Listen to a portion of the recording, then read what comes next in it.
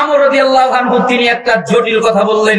মুস্তাদরিক হাকিম 8365 নম্বর হাদিস, ইয়াতিন নাস জামানুন ইয়াজতামিউনা ফিল মাসাজিদ ওয়া লাইসা ফীহিম মুমিন।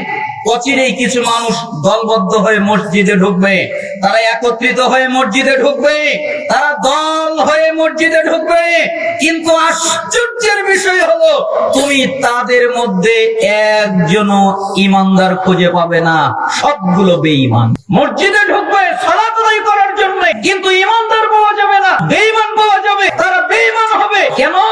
এই লোকটা সালাত আদায় করে তারপরেও সুদ খায়, এই লোকটা সালাত আদায় করে তারপরেও ঘুষ খায়, এই লোকটা সালাত আদায় করে তারপরেও জিনা ব্যভিচার করে, এই লোকটা সালাত আদায় করে তারপরেও বেপরদায় চলে, এই লোকটা সালাত আদায় করে তারপরেও নিশাদার দ্রব্য পান করে, এই লোকটা সালাত আদায় করে তারপরেও গীবত করে, এই লোকটা সালাত আদায় করে তারপরেও পাপ করে।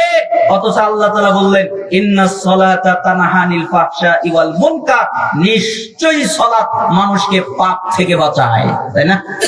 সালাত কিসের থেকে বাঁচায়? পাপ থেকে বাঁচায় না? আচ্ছা, এই আয়াতে আপনারা বিশ্বাসী না অবিশ্বাসী? বিশ্বাসের কোনো কমতি আছে? আপনি যদি এক চুল পরিমাণে আয়াতের বিশ্বাসের ক্ষেত্রে কমতি করেন তাহলে আপনার ঈমান নষ্ট হয়ে যাবে। আল্লাহর আয়াত তিনি যা বলেছেন তা সত্য।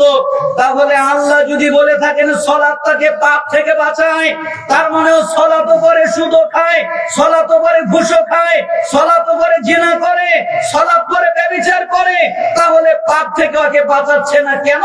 তাহলে পরিষ্কার হয়ে গেল ও সালাত পড়ে ঠিকই, কিন্তু ওর সালাত কবুল হচ্ছে না। ওর সালাত আদায় হচ্ছে ঠিকই, কিন্তু সালাত কবুল হচ্ছে না, আল্লাহর কাছে গ্রহণযোগ্য হচ্ছে না, তাই ও পাপ থেকে বাঁচতে পারছে না।